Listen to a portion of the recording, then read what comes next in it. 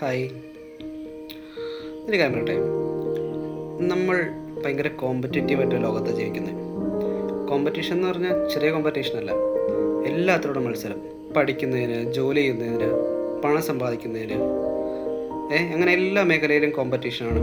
നമുക്ക് എന്താ പറയുക, ബസ് ഇപ്പോൾ റൂട്ടിലിറങ്ങി കഴിഞ്ഞാൽ രണ്ട് ബസ്സുകൾ തമ്മിലുള്ള മത്സരം, ഓട്ടോ സ്റ്റാൻഡിൽ ചെന്ന ഓട്ടോകൾ തമ്മിലുള്ള മത്സരം, അങ്ങനെ എല്ലായിടത്തും കോമ്പറ്റീഷനാണ്. ശരിക്കും സത്യം പറഞ്ഞാൽ എന്തിനാണ് ഈ കോമ്പറ്റീഷൻ?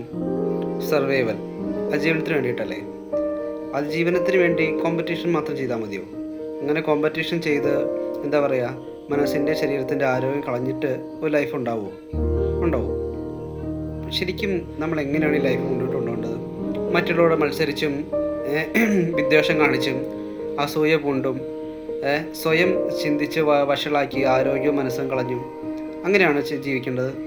അല്ല, അങ്ങനെയല്ല. എന്നുവെച്ചാൽ ജീവനകല എന്ന് പറയുന്നത് ശരിക്കും ഈ പ്രകൃതിയും മണ്ണും വിണ്ണും എല്ലാം ആസ്വദിച്ച് നുകർന്നും ജീവിക്കേണ്ട ഒന്നല്ലേ? അതിനിടയ്ക്ക്, ഈ ഓട്ടത്തിനിടയ്ക്ക് നമ്മൾ എപ്പോഴാണ് നമുക്ക് വേണ്ടി ജീവിക്കുക? അതുകൊണ്ടാണ് നമ്മൾ ഹാപ്പിനെസ് ഇൻഡെക്സിലും അതുപോലെ തന്നെ മാനസികാരോഗ്യത്തിലൊക്കെ പുറകോട്ട് പോകുന്നത്. ജീവിതത്തോട് എപ്പോഴും ഹെൽത്തി കോമ്പറ്റീഷൻസേ പാടുള്ളൂ. എന്ന് വെച്ചാൽ ആരോഗ്യപരമായ, സന്തോഷസൂചകമായ നല്ല നല്ല മത്സരങ്ങളെ പാടുള്ളൂ.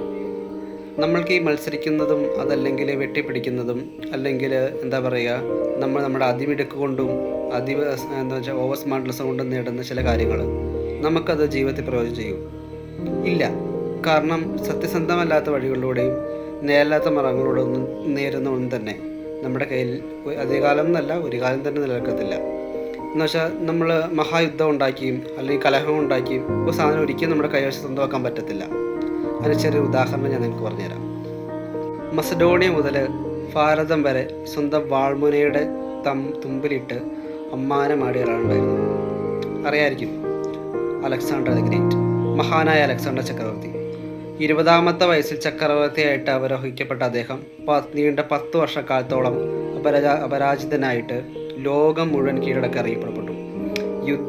യുദ്ധം അദ്ദേഹത്തിന് വിനോദമായിരുന്നു. എന്നുവെച്ചാൽ പുതിയ പുതിയ പ്രദേശങ്ങൾ തൻ്റെ കീഴിലാക്കി അവയുടെ മേൽ ആധിപത്യം സ്ഥാപിച്ച് ഭയങ്കര വ്യഗ്രതയോടെ അദ്ദേഹം ഒരു എന്താ പറയുക, വേട്ടമൃഗത്തിന് ശൗര്യത്തോട് ശത്രുരാജ്യങ്ങളെ നിഷ്പ്രഭമാക്കി കീഴ്പ്പെടുത്തി.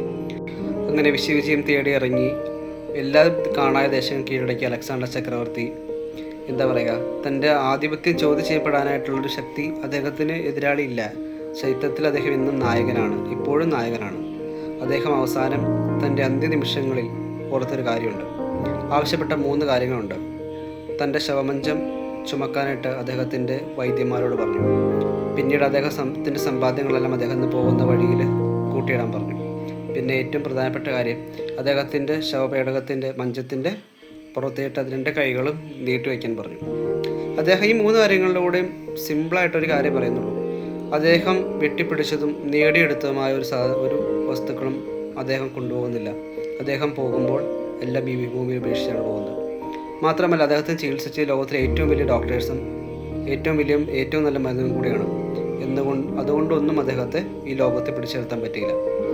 സിമ്പിളായിട്ട് ഇത്രയേ ഉള്ളൂ.